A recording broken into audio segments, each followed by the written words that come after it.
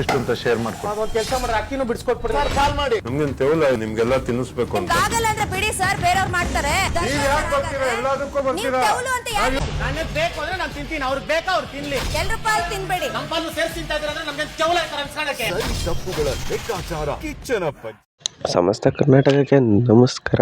ಹಾಗೆಯೇ ಶನಿವಾರದ ಎಪಿಸೋಡಲ್ಲಿ 3 ಪ್ರೋಮೋಗಳನ್ನ ಬಿಟ್ಟಿದ್ರು. ನಾನು 2 ಪ್ರೋಮೋಗಳನ್ನ ವಿಡಿಯೋ ಹಾಕಿದ್ದೆ, ಅವಕ್ಕೆ ಒಳ್ಳೆಯ ವ್ಯೂಸ್ ಬಂದಿದೆ. ಹಾಗೆಯೇ 3ನೇ ಪ್ರೋಮೋ ಇದೆ. ಏನಪ್ಪ ಈ ಪ್ರೋಮೋ ಉದ್ದೇಶ ಅಂತಂದರೆ, ಅದು ಅವತ್ತಿಂದು ಶನಿವಾರದ ಬೆಳಗ್ಗೆ ಏನು ನಡೆದಿದೆ ಅಂತ ಒಂದು ತೋರಿಸಿದ್ರಲ್ಲಿ ಅಶ್ವಿನಿ ಅವರು ಹೇಳ್ತಾರೆ ರಘು ಅವರಿಗೆ, ಸರ್ ಸ್ವಲ್ಪ ಎಲ್ಲರಿಗೂ ಮಾಡಿ ಸರ್ ಅಂತ. ಅಂದರೆ ಅಡುಗೆನ ಚಪಾತಿನ ಎಲ್ಲರಿಗೂ ಮಾಡಿ ಅಂತ ಹೇಳ್ತಾರೆ. ಆದರೆ ರಘು ಅವರು ನನಗೇನು ತೆವಲ ಅನ್ನೋ ಒಂದು ಪದನ ಬಳಸ್ತಾರೆ. ಆ ಪದನ ಬಳಸಿದ್ದು ಅಶ್ವಿನಿ ಅವ್ರಿಗೆ ಇಷ್ಟ ಆಗಲಿಲ್ಲ. ಅದಕ್ಕೆ ರಜತ್ ಅವರು ಒಂದು ರಘು ಅವ್ರನ್ನ ಊಹಿಸ್ಕೊಂಡು ಬಂದುಬಿಟ್ಟು ಹೇಳ್ತಾರೆ, ಏನೋ ಒಂದು ಅವ್ರದ ಶೈಲಿಯಲ್ಲಿ ತೆವಲ ಅನ್ನೋ ಪದ ಮತ್ತೆ ಬಳಸ್ತಾರೆ. ಅದು ಮತ್ತೆ ಅಶ್ವಿನಿ ಅವ್ರಿಗೆ ಇಷ್ಟ ಆಗಲ್ಲ.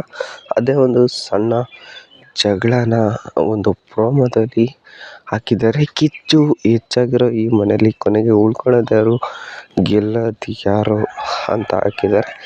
ಅದು ನನ್ನ ಪ್ರಕಾರ ಅಲ್ಲಿ ಜಗಳ ಆಡ್ತಿರೋ ಯಾರು ಕೂಡ ಅಲ್ಲ. ಅಲ್ಲಿ ಜೈಲಲ್ಲಿ ಮಲಗಿರೋ ಏಕೈಕ ವ್ಯಕ್ತಿ ಗಿಲ್ಲಿ ಅಂತ ಅನಿಸುತ್ತೆ. ನಿಮ್ಮ ಪ್ರಕಾರ ಯಾರು ಅಂತ ಕಮೆಂಟ್ ಮಾಡಿ. ಹಾಗೆ ನೆಕ್ಸ್ಟ್ ವಿಡಿಯೋದಲ್ಲಿ ಸಿಗ್ತೀನಿ. Thank you so much. Bye bye.